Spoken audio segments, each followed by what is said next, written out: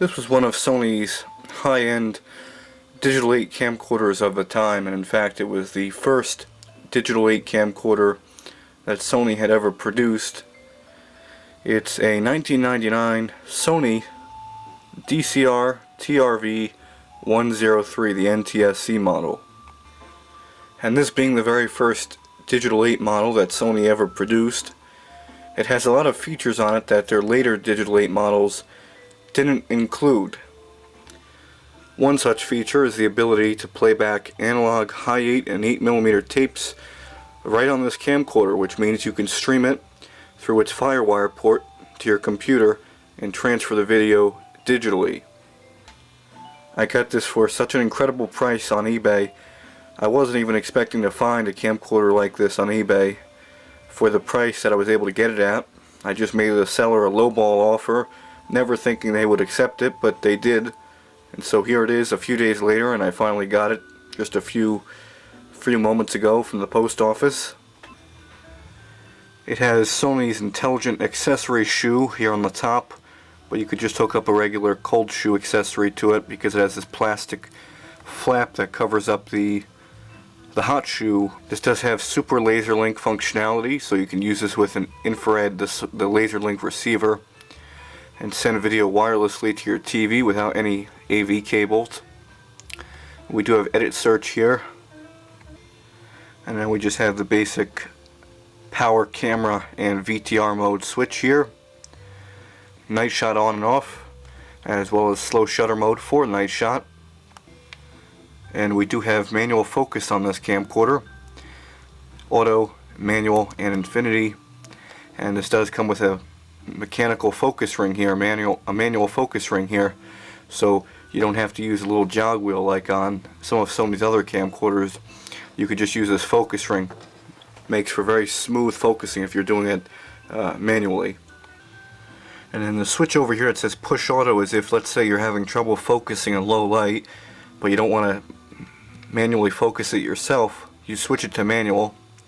You aim it at a subject that's somewhat well lit, push this button, and it will automatically focus for a moment. And then once it focuses on, it'll lock on that subject, and it won't focus anymore unless you press that button again. Very convenient if you don't want the focus to keep hunting in low light scenarios. We have fader and backlight controls, as well as the program AE and exposure controls, and then the jog wheel, which is right over here. Now, part of the reason why this camcorder was such a good price probably was because it didn't come with any kind of battery. I just put on one of my extended capacity Info Lithium L NPF 550 batteries, which gives you a decent amount of recording time, as opposed to just the stock battery that they give you. This model is too old to have a memory stick slot for photo mode, so when you take photos it just records it straight to the tape. It doesn't actually record it to any sort of memory stick. And like a lot of older Sony Handycams, this also has the locking control here to prevent you from engaging the record mode accidentally. It also doubles as a power switch, because when you put this in lock mode it also shuts the camera off regardless of the position of this main power control. And it does have quite a nice viewfinder here, cushioned, and does have a diopter control. If you wear eyeglasses and or maybe it's coming out a bit fuzzy, you could just adjust it. And over on this side we do have the eject switch here, which ejects the tape mechanism, and this is a top loading mechanism, so you don't have to worry about taking this off of a tripod to change the tapes like a lot of Sony's older digital 8, or rather newer digital 8 camcorders, where the mechanism loads from the bottom and you have to take it off a tripod to do that. And it does have an LANC jack. You could hook this up to some sort of an external remote control. I think Sony sold various different kinds of tripods that had a remote control built into the hand grip, and you could plug it straight into this jack and use that to control this camera. They didn't block off the tape window here like they did in, once again, their newer models, so you can see the actual how much tape you have in the take up and supply reels. And over here on this side of the camcorder, it should have a little flap here that covers up these jacks, but it does have an S-video input and output. I do believe it's an input as well, an S-video input and output, and RCA jacks. We have video, composite video, and stereo composite audio. This is a stereo camcorder, and this small jack here is for an external RF modulator. If you were using this with an older TV set that didn't have RCA jacks, you could use that RF modulator to watch it on there. And this does have 3.5mm headphone and microphone jacks, both in stereo, which is a very nice feature, again, that you don't see on too many of Sony's newer camcorders unless you buy the highest end. But of course, this was one of Sony's high-end, probably the highest end camcorder they were selling in 1999 at a retail price of around $1,000. And this does have a 20x optical zoom and 37mm lens threads if you want to use this with some sort of an external lens attachment.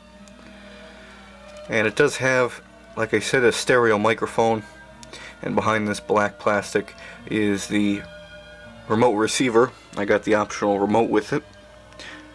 A lot of times you buy these cameras used and they don't come with the remotes. And also, this behind here is the infrared illuminator for the night shot capabilities, and the super Laserlink sender. This is super Laserlink, so if I turn the camera on and I put on super Laserlink, the light lights up here on the top, and if we look here, you can see that there are two IR senders here, wireless senders for the Laserlink, so it lasts quite a fair bit longer than regular Laserlink. And this does have a 1/4" CCD.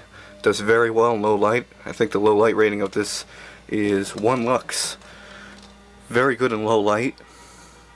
Very sensitive to low light. Sony used this particular body style for many different models, and in fact the high 8 model of this camcorder that used this same body style had a few different features, and the first of which is it didn't have a manual focus ring here. It just had a jog wheel here for the focus control. And it also did not have an intelligent accessory shoe. Instead of that, it had a halogen spotlight here, I think a 3-watt halogen spotlight, and it also had a mechanical lens cover that would slide into place when you shut this camcorder off. This one actually came with a little lens cover that snaps on and hangs onto the wrist strap, but this camcorder actually did not come with it. And on the bottom side of the camcorder, it does have a standard tripod mount as well as the locator pin. And this camcorder, unlike its high 8 counterparts, comes with a blue backlit display on its LCD screen, and it tells you whether you have a tape inserted, your battery level, how much time you've recorded onto the tape, and the Handycam logo.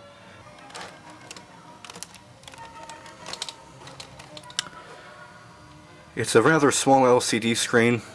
It's actually quite a bit smaller even from the mini DV camcorder I'm using to record this with.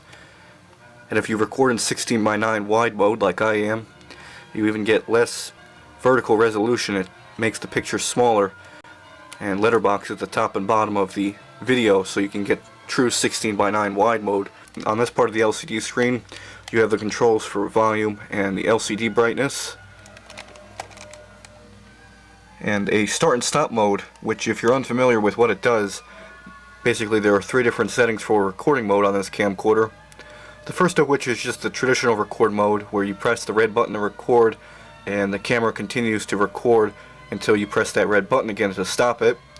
The second mode is where it will record as long as you keep the button depressed. The minute you let go, it'll stop recording. And finally, 5-second recording mode, which will record video for 5 seconds after you press that button, and then after 5 seconds it will stop recording. And we do have a data code button here to view the different data that's recorded to the tape digitally, with display, and search menu, and this being a high-end model, it has picture effects and digital effects, just like the high 8 model of this camcorder. And behind this door is a watch battery that facilitates the backup in case you lose power from the main battery, so that it doesn't lose its date and time settings. It was dead when I got it, so I just replaced it with a CR-2032 Energizer watch battery. And it is a black and white viewfinder, and you can see the small red LED in there. It lets you know when you're recording when your battery's going dead or when you're running out of tape. It's a nice vivid viewfinder. I don't believe the camera can focus too well on it, but there you go. So now what I'll do is I'll get my AV cables and hook up this camcorder to the one I'm recording this with, and go ahead and capture the menu screen so I can give you a tour of the various settings and features on here. Here we are in the menu. We have just the basic settings: 16:9 wide, steady shot, night shot light, LCD backlight, color, audio mode. I leave it to 16-bit. If you want to dub over a voiceover after you've recorded the video, you can set it to 12-bit. But since I don't do that and I want the highest quality audio, I leave it on 16-bit. And the tape remaining, I usually set that to auto.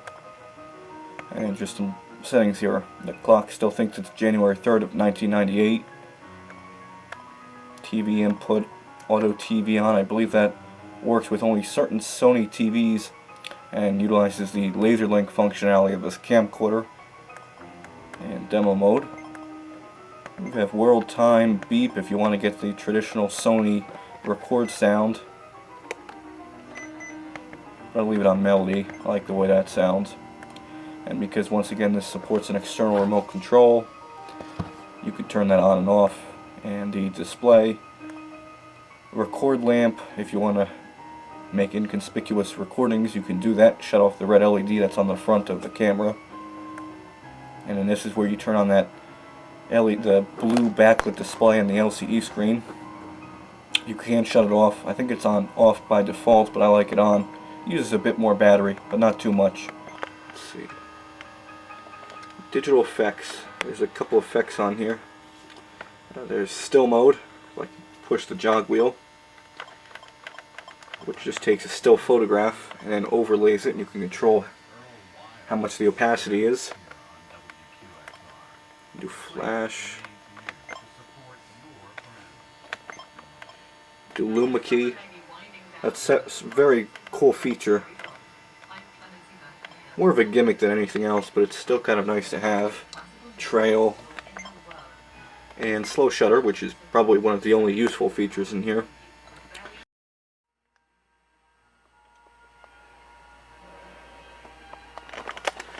If everything's working fine, we're now recording on the Sony DCR-TRV103 from 1999. This is what I was using to get the video from this camera onto this one. Just basic RCA jacks that output to Sony's 3.5mm video and audio jack. Yep, they're still the original super red Sony batteries. Let's see if there's a date on them. No date.